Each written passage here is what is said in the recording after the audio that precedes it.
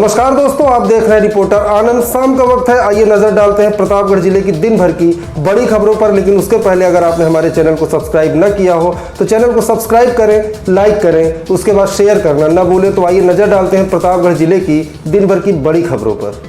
दिन भर की बड़ी खबरों की शुरुआत करते हैं लालगंज कोतवाली क्षेत्र से, जहां युवक की हत्या से हड़कंप मच गया। लालगंज कोतवाली के अनेहरा गांव में बीती रात युवक की गोली मारकर हत्या कर दी गई। युवक हरकेश पाल के घर में घुसकर हत्या की वारदात को अज्ञात बदमाशों ने अंजाम दिया।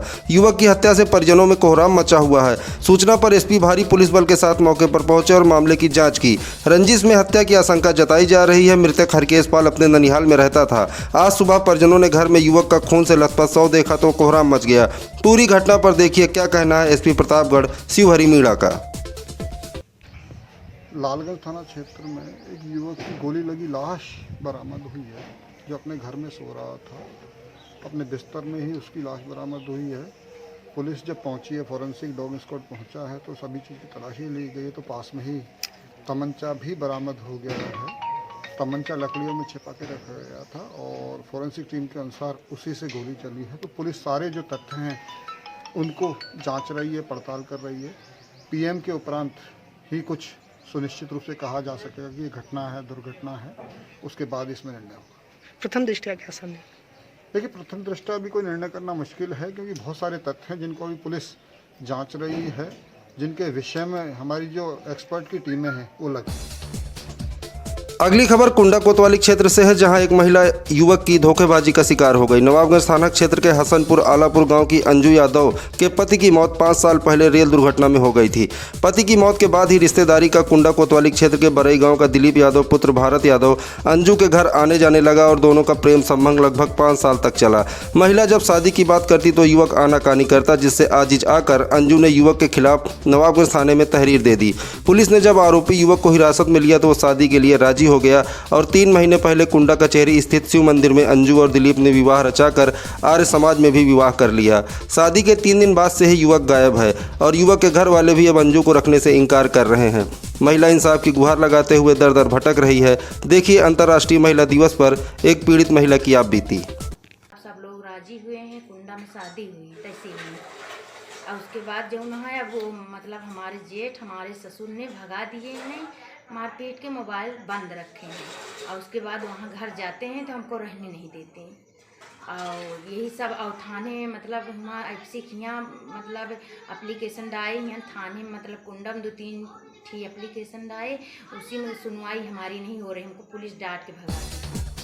अगली खबर बाबागंज विकास क्षेत्र से है, जहां के रामनगर चौरंग के खरवा गांव के लोगों ने मतदान का बहिष्कार करने का निर्णय लिया है। ग्रामीणों ने प्रधान पर आरोप लगाया कि शासन द्वारा गांव को दी जाने वाली सुविधाएं उन तक नहीं पहुंचाई गई। आक्रोशित ग्रामीणों ने बताया कि गांव तक पहुंचने का संपर्क मार्ग पूरी तरह बदहाल स्थिति में है, जिन पर बरसात के दिनों में चलना जान पर खेलने जैसा है। कई बार शिकायतों के बाद भी इस ओर ध्यान नहीं दिया गया।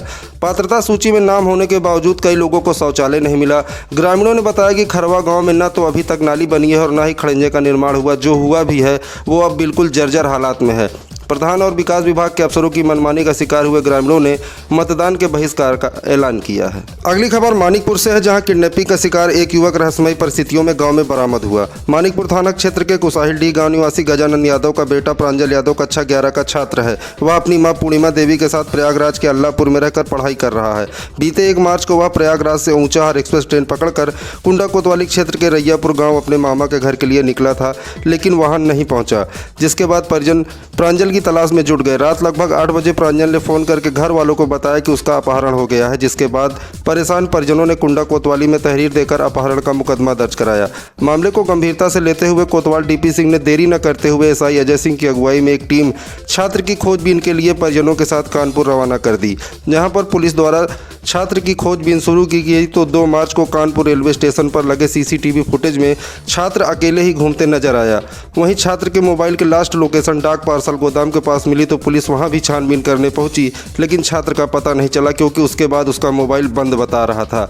1 सप्ताह खोजबीन के बाद रविवार की रात जैसे ही कुंडा कोतवाली के SI Ajay Singh police team के साथ कुंडा लौटे, वैसे ही सोमवार की सुबह प्रांजल संदिग्ध दशा में घर से लगभग 500 मीटर की दूरी में बाग में बेहोशी की हालत में मिला, जिसके बाद प्रांजल के घर वाले उसे आनन फानन में CSC कुंडा ले गए, जहां पर उसका इलाज किया जा रहा है।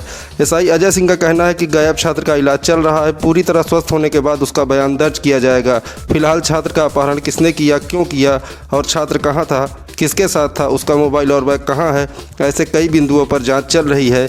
ये तो छात्र होश में आने के बाद ही बता पाएगा।